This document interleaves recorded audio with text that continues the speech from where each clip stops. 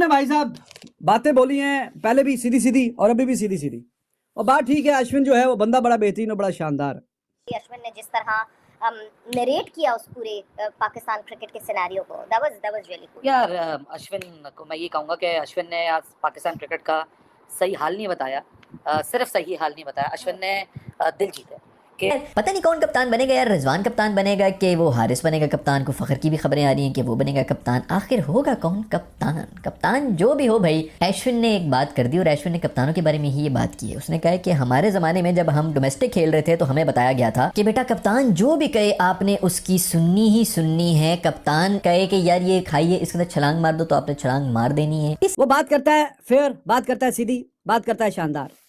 और उसने बोला है कि पाकिस्तान के जो क्रिकेट फैंस हैं उनके लिए मैं सॉरी फील कर रहा हूँ, बिकॉज पाकिस्तान की टीम की जो हालत हो गई है वो बहुत नाकिस हो गई है। उसमें वजूहात जो उसने बताई हैं वो वजूहात मोर और लेस हम भी डिस्कस कर चुके हैं। इंडिया पाकिस्तान में अभी भी ऐसे लोग मौजूद हैं जो कि हमारी एक दूसरे की क्रिकेट की प्रॉब्लम्स के ऊपर बात कर सकते हैं, बगैर पॉलिटिक्स को बीच में लाए, बगैर रिडिक्यूल करें, बगैर ऊंची लफ्ज़ों का इस्तेमाल किए। और अश्विन ने बता दिया कि भाई वो क्यों क्रिकेट का साइंटिस्ट है। इसके अलावा कोई गुजारा ही नहीं है किसी भी टीम के अंदर। और मैं पूरी तरह से एग्री करता हूँ कि अगर टीमें कहीं नाकाम होती हैं तो वो इसलिए होती हैं जब वो एक यूनिट बन के नहीं खेल रही थी, और एक यूनिट बन के तभी खेलती हैं जब कप्तान की सुन रहे हो। तो यहाँ पर तो कप्तान की किसी ने सुननी ही नहीं। और कह रहे हैं जी मुस्तकिल मिजाजी नहीं है, कभी बाबर आजम कैप्टन है, कभी फिर एक सीरीज के लिए वो शाहीन बनता है कैप्टन, फिर अगली सीरीज के लिए शान मसूद एक के लिए बन जाता है, फिर बाबर छोड़ जाता है, फिर उसमें ये तो उसने प्लेयर्स की बात की है। वो क्यों इतना जेंटलमैन आदमी है, वो क्यों इतना ज़बरदस्त क्रिकेटर है। सवेरा तरबियतों का मामला होता है। अश्विन ने बताया कि भाई साहब जो घर से वो तरबियत लेकर आया ना वो आउट क्लास है। आपने हमारे यहाँ देखा ना कितनी ऊंची हरकतें करते हैं फॉर्मर क्रिकेटर्स।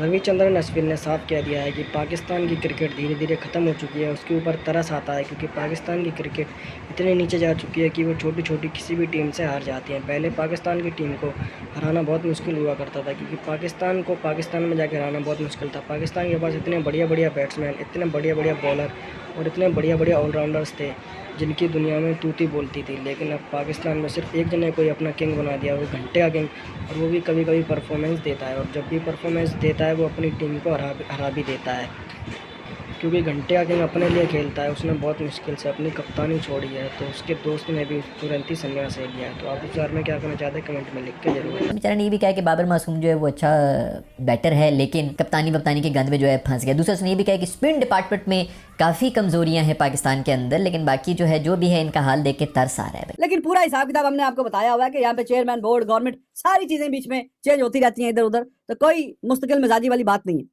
आ रही हैं जो हम भी समझ सकते हैं, वरना तो हम सबटाइटल्स पढ़ के दूसरी लैंग्वेज में जब वो वीडियोस करते थे तो उसको समझते थे। अश्विन ने जिस तरह पाकिस्तान क्रिकेट को लेकर जो बात की, जितनी दफ़ा कहें ना अश्विन के इंटेलेक्ट की बात करें, Ashwin has a human being की बात करें, Ashwin having a non controversial career की बात करें, सो जब अश्विन कुछ बोलते हैं वो इम्प्रेस कर जाते हैं। क्या कि बाबर को चेंज कर दिया, शाहीन को चेंज कर दिया, अभी ये अनस्टेबिलिटी है, कभी कोई एक कप्तान है कभी कोई दूसरा कप्तान है, तो प्लेयर्स भी किसको इज्जत दें? वैसे भी हम किसी को तो इज्जत देते नहीं है, हमारी तो ये खसलत के अंदर है। तो ऊपर से अगर कप्तान भी आपका पक्का ना हो रहा, पक्की नौकरी वाला ना हो, तो कौन किसी को क्या सीरियसली लेगा। बाकी पास के प्लेयर्स की बात की और एक प्राउड नेशन पाकिस्तान को बोला कि पाकिस्तान एक प्राउड नेशन रहा है, प्राउड।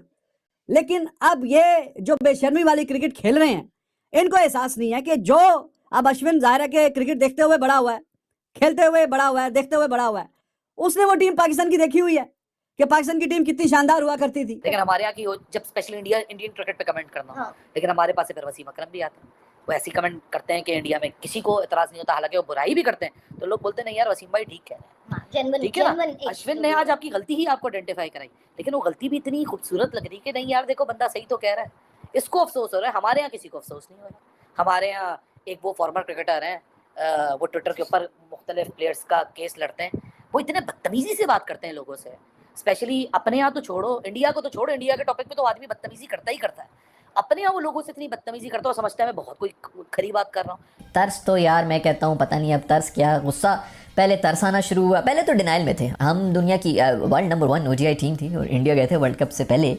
वो एशिया कप एक हुआ था, बारिशों के अंदर हम जलील हो गए थे। वो 2 दिन का टॉर्चर जब चला था वो मेंटली तौर के ऊपर हमारे ऊपर इतना असर किया। उसके ऊपर भी वैसे मेरी एक थ्योरी है कि कैसे वो जो है अच्छा बच्चा बन के कोहली ने जो है वो सारी एग्रेशन हमने चूज के साइड पर कर दी थी। पता नहीं मैंने पहले शायद जिक्र किया कि नहीं किया।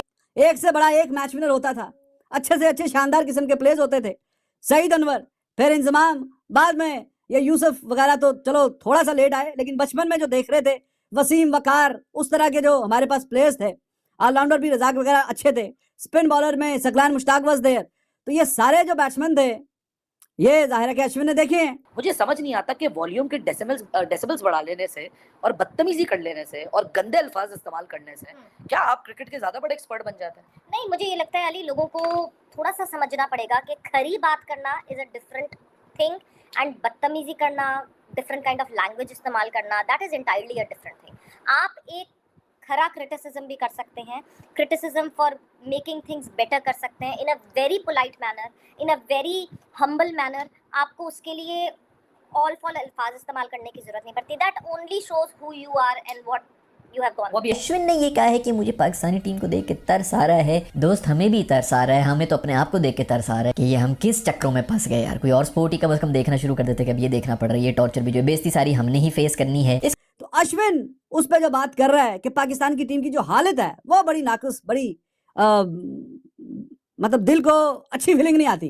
एक तो उन्होंने बोला पाकिस्तान और इंडिया की एक तो राइवलरी है ना, वी अंडरस्टैंड ये राइवलरी है इंडिया और पाकिस्तान की, तो वो एक डिप्लोमेटिक या कह लें या पॉलिटिक्स को लेके, लेकिन एज अ क्रिकेट फैन उन्होंने बोला कि वो अच्छी फीलिंग नहीं आ रही एज अ क्रिकेट फैन। और म्यूजिक चेयर चल रहा है जी, हिमा सिंह की बिल्कुल ऐसा ही हो वो दिन था, बस उस पर हम जलील हुए थे दोस्तों, और फिर उसके बाद से जलील ही होते रहे। पहले तो हम शॉक में चले गए कि हम तो 1 number 1 Babar, 1 number 1 Imam, 1 number 2 Rizwan, 1 number 3 1 2 3 ODI batter हमारे तीनों, हमारे बॉलर शाहीन नंबर 1 है, शादाब नंबर 1 ऑलराउंडर नहीं है, बोलते क्यों नहीं हो, चुप क्यों। उसके बाद जो इंडिया में हमारे साथ हुआ, जिस तरह हमें लटा के उल्टा करके एक बट चीक पर थप्पड़ मारता था, दूसरे बट चीक के ऊपर बेल्ट से हमें कोई मार के चला जाता था। एक और क्रिकेटर है ना जियो पे बैठते हैं जो हर पूरी जिंदगी से फ्रस्ट्रेटेड है, उनके कप्तान कहते थे ये क्रिकेटर थे। सही कहा सलमान भट्ट ने उनके लिए, जब जिनकी खुद की इज्जत नहीं होती वो दूसरों की इज्जत क्या करना जानेंगे। सो यही बात अश्विन की है कि उसकी खुद की इज्जत है ना, तो किसी पे तनकीद भी कर रहा है तो इतनी इज्जत से कर रहा है कि वो तनकीद आपको ऐसी लग रही है कि वो असर दे रही है।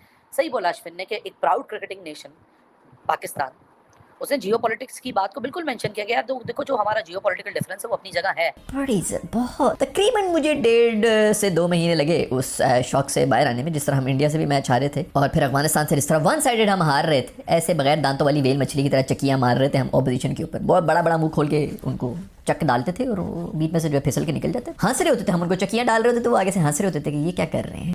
लेकिन एज अ क्रिकेटर अगर बात करें तो एक प्राउड क्रिकेटिंग नेशन के प्राउड क्रिकेटर्स जो पैदा किए गए हैं, और एक तरफ हमारी तरफ देखो मीडियोक्रिटी को सेलिब्रेट, मतलब आज जमाने में ना वसीम अकरम को कोई मानता है, ना ज़हीर अब्बास को कोई मानता है, ना मियादाद को कोई, और इसमें फॉर्मर क्रिकेटर्स सबसे बड़े मुजरिम हैं। उन्होंने आज के न्यू एज फैंस को बताया मियादाद कौन से बल्लेबाज थे, बल्लेबाज तो बाबर आजम है, बाबर आजम की तारीफ नहीं करोगे तो आप एंटी नेशनल हो जाओगे।